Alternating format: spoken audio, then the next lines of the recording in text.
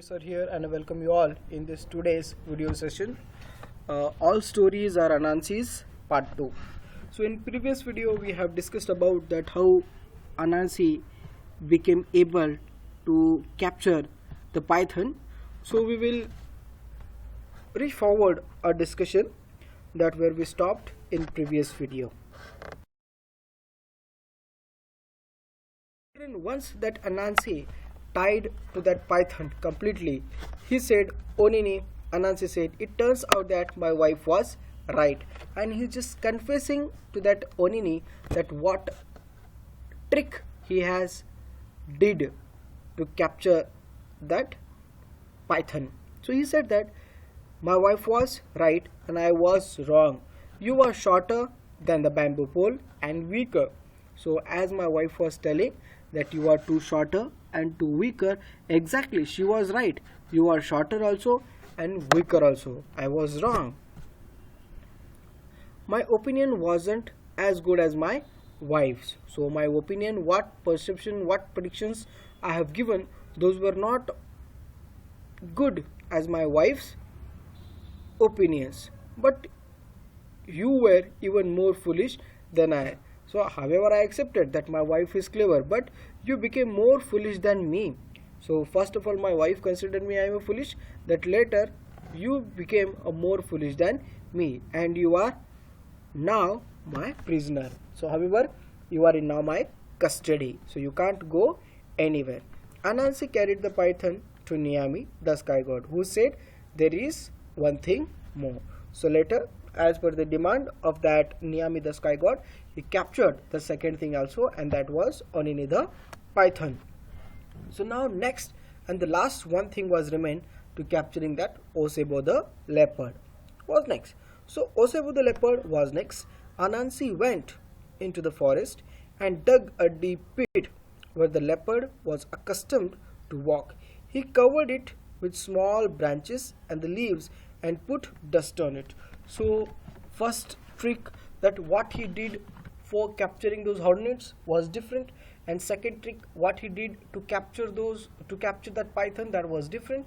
And now he sees a big animal and very active, so for capturing this leopard he utilizes a different technique. So what he did means he dig a area where that usually that leopard used to walk, and that was a little bit of a pit. So he captured that area where that leopard used to walk at the time of a night, and when he dig that pit, so he covered it with the small branches and the leaves and put dust on it, so that it was impossible to tell where the pit was. And he covered that dig in a such a like it was very difficult to discover that where the dig is. If human beings are very feeling difficulty to discover the pit, then how the leopard will can discover it. So it was also quite impossible for that leopard also, and he covered with the dust so that it was impossible to tell where the pit was. And Anansi went away and hid himself. So he just went away and he just hid.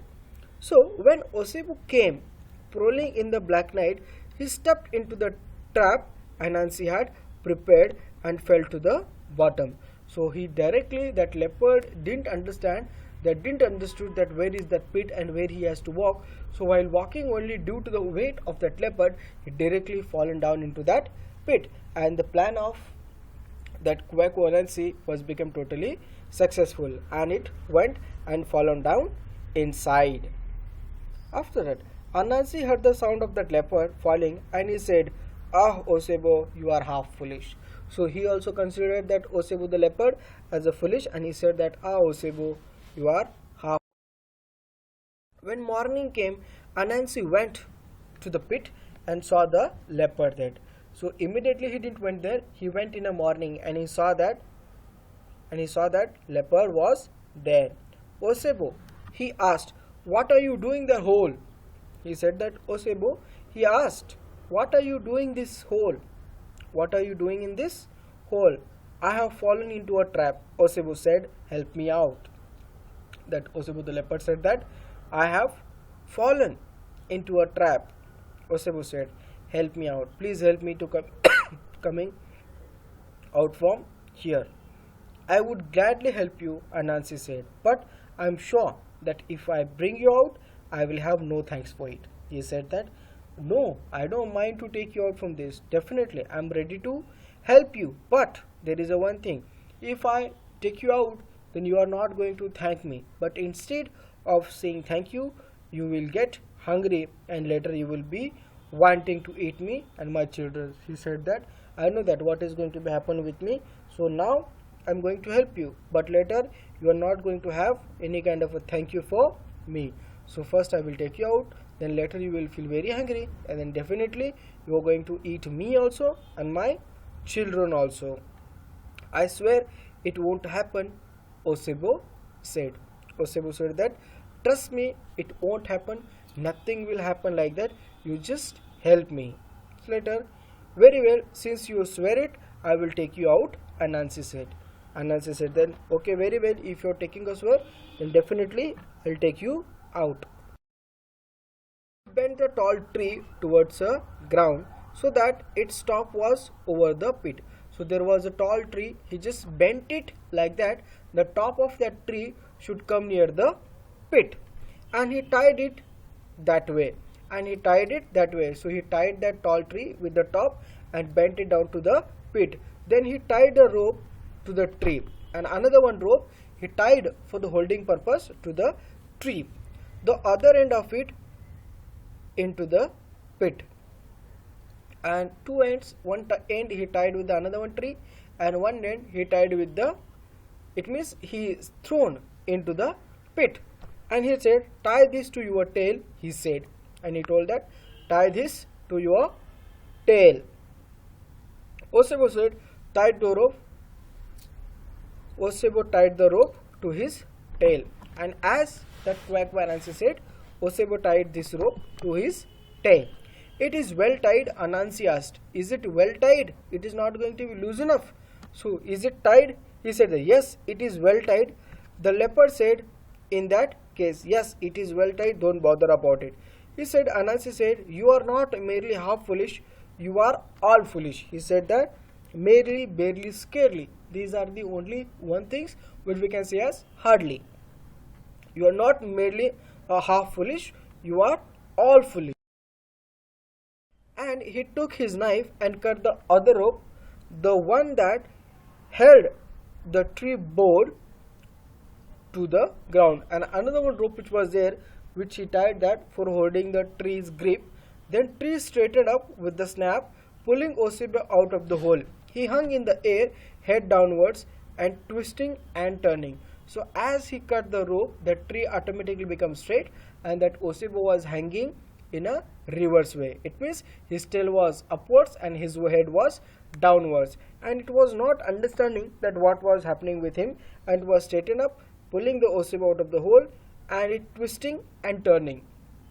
It was turning like twisting and turning, and while he hung this way, Anansi killed him with his weapon.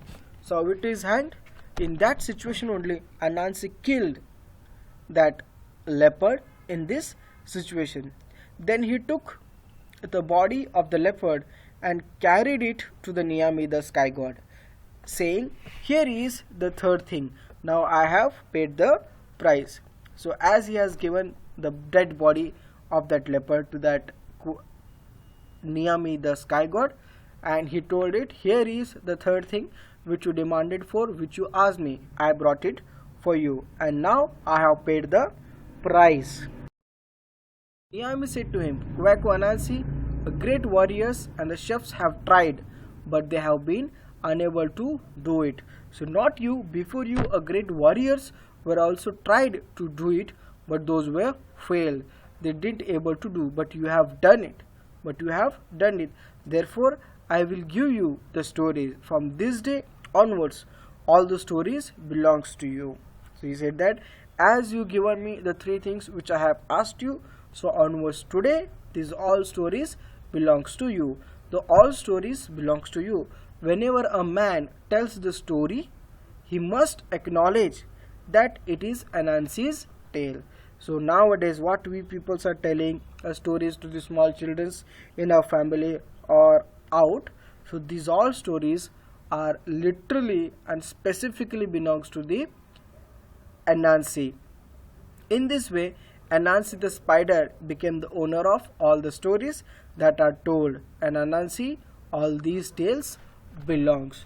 So I hope children you have understood this kind of a fairy tales. So these stories which are told by us in nowadays, literally these stories are belongs to the Anansi. Thank you.